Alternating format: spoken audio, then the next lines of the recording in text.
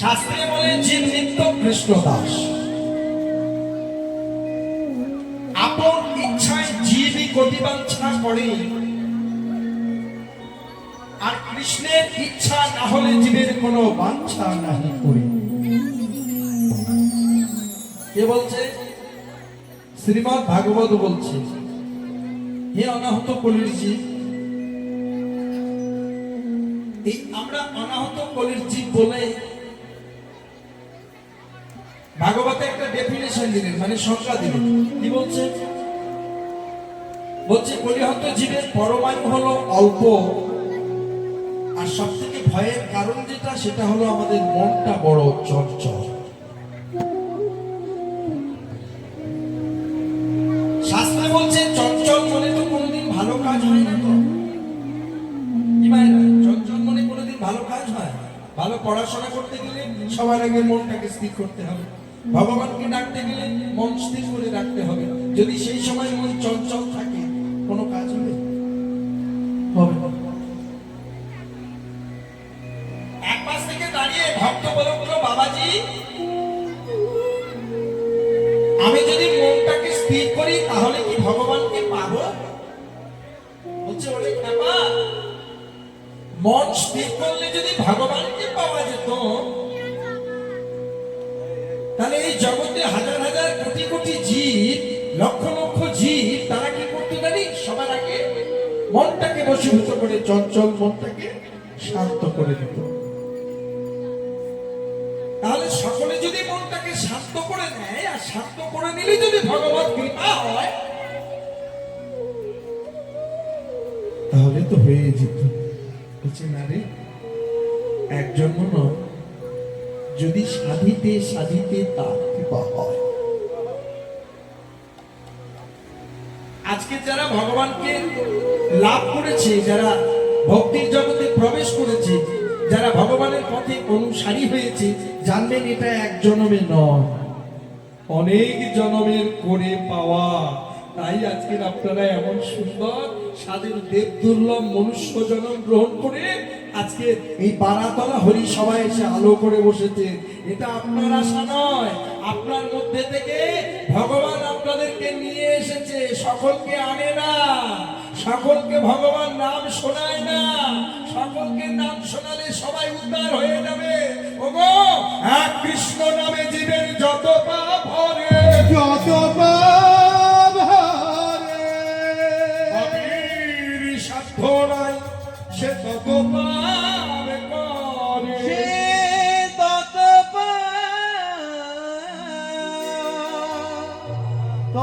পাপ করে। বলছে একবার নয়, একবার মাত্র কৃষ্ণ নাম বললে জীব যত পাপ করেছে, যত অপরাধ করেছে, মুহূর্তের মধ্যে কৃষ্ণ নামের প্রভাবে তা ধূলিসাৎ হয়ে যায়। তাহলে এখন আপনি মনে মনে চিন্তা করছেন যে বাবা, একবার কৃষ্ণ নাম বললে যদি জীবের সকল পাপ ধুয়ে মুছে পরিষ্কার হয়ে যায়, তাহলে আমি সারাদিন ধরে অন্যায় করব, আর সারাদিন ধরে অন্যায় করে রাতের বেলা একবার কৃষ্ণ নাম বলবো, তাহলে কি হচ্ছে?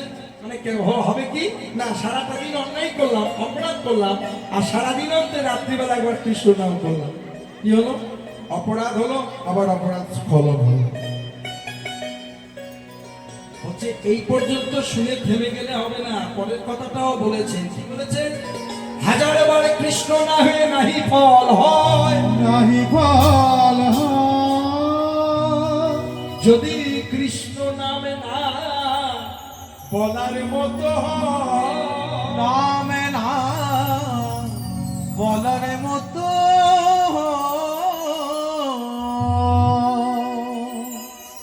মায়েরা কি বললো? বলছে একবার হলে সব উদ্ধার হয়ে যাবে, কিন্তু হাজারবার বললেও কোনো লাভ হবে না। কেন? বলছে যদি কৃষ্ণ নাম না বলার মতো হয়। বলছে ওরে পাগল, একবার বল, কিন্তু বলার যেন বলার মতো হয়।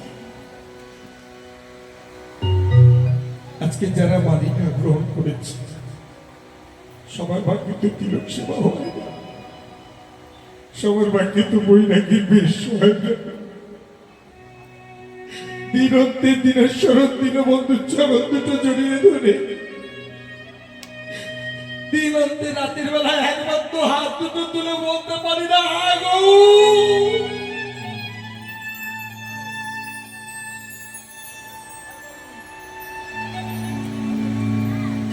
অন্ধকারময় জগতে রাস্তা হারিয়ে ফেলেছি গো। তুমি এসে একবার আমার হাত দুটো ধরে পার করে দাও।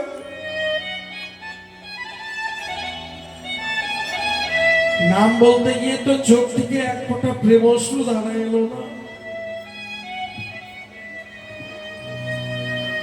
তাহলে যে নাম বলতে গিয়ে যার নয়নে ধারা বাহে না, যে নাম বলতে গিয়ে মনের মধ্যে একবার হৃদয় বিগলিত হয় না, সে নাম বলেও কোনো লাভ হবে না। জানতে হবে ভাইরা,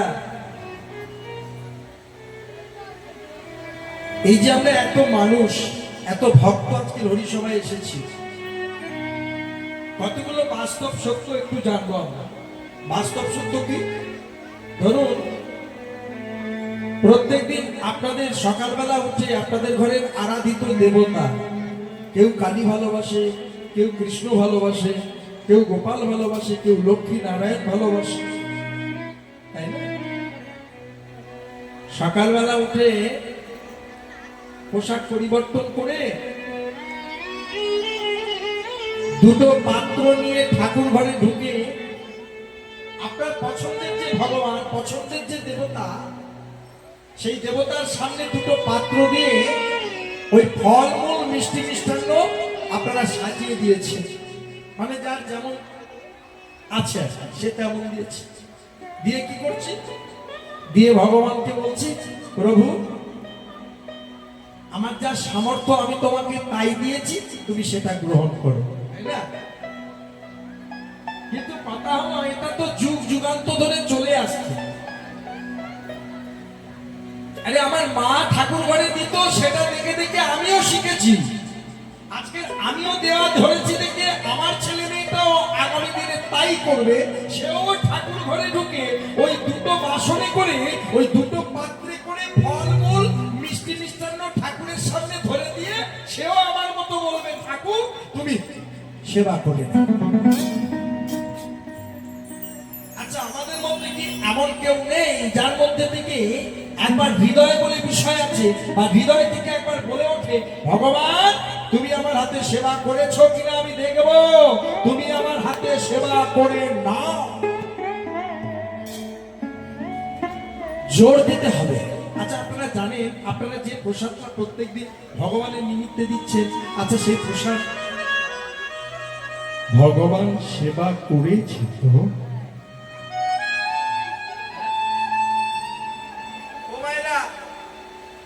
প্রত্যেকদিন আমরা দিই, সে নকল দানা দিই, চিনি দিই, বাতাসা দিই, ফল মিষ্টি যাই দিই, আপনি যেটা দিয়েছেন সেটা ভগবান সেবা পেয়েছে তো? বলে বিশ্বাস আছে ভগবান পেয়েছে এইটুকুনি। এর বাইরে একটা বিষয় আছে, সেটা জানতে হবে। সেটা কি? সেটা অন্য কিছু নয়। শাস্ত্র বলছে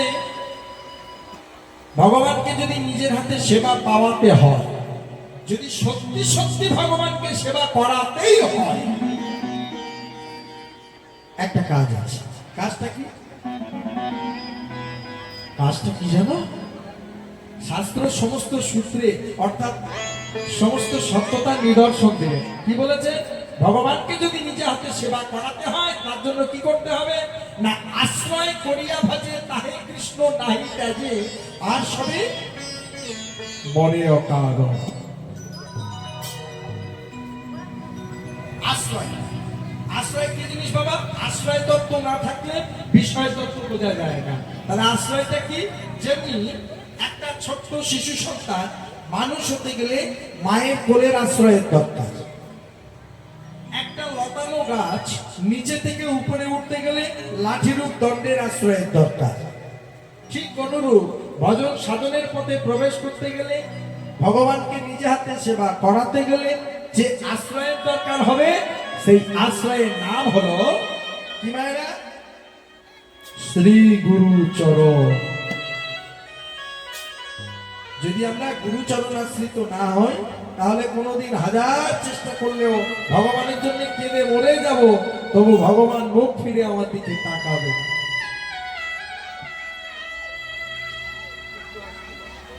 সেই জন্য আমার সর্ব